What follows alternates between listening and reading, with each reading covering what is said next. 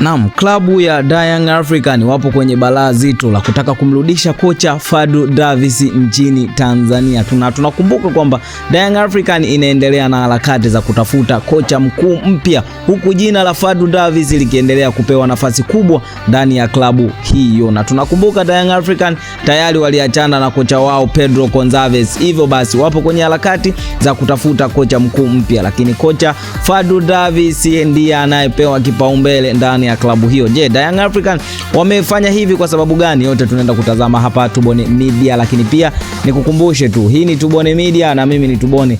Hakikisha umesubscribe na kubonyeza alama ya kengele, kwani haya na mengine mengi utayapata hapa Tubone Media. Sasa bila kupoteza muda, twende moja kwa moja. Kocha Fadlu Davis anafahamika zaidi nchini Tanzania baada ya kuwa sehemu ya benchi la ufundi la Wekundu wa Msimbazi Simba Sport Club aliyoifikisha timu hiyo fainali ya CAF Confederation Cup, ambapo Simba walikosa ubingwa mbele ya RS Berkane. Kocha huyo ambaye kwa sasa yupo ndani ya Raja Casablanca na ya nchini Morocco anataraji kuwa mmoja wa makocha wenye uzoefu mkubwa wa mashindano ya Afrika na soka la ushindani wa juu.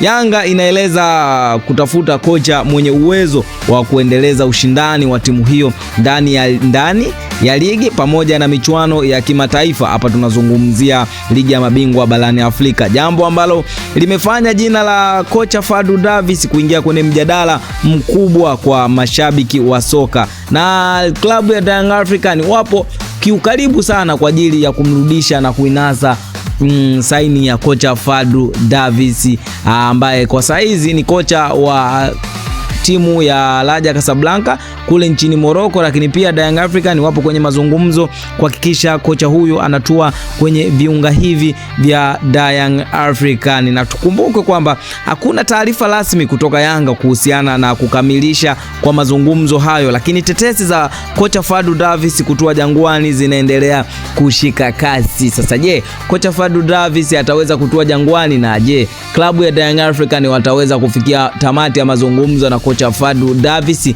Tupo karibu kwa kukufuatilia taarifa hii na kipi kitajiri. Hivyo basi hakikisha umesubscribe na kubonyeza alama ya kengele ili usipitwe na taarifa zingine kutoka kwetu. Hii ni Tubone Media, hadi wakati mwingine, bye bye.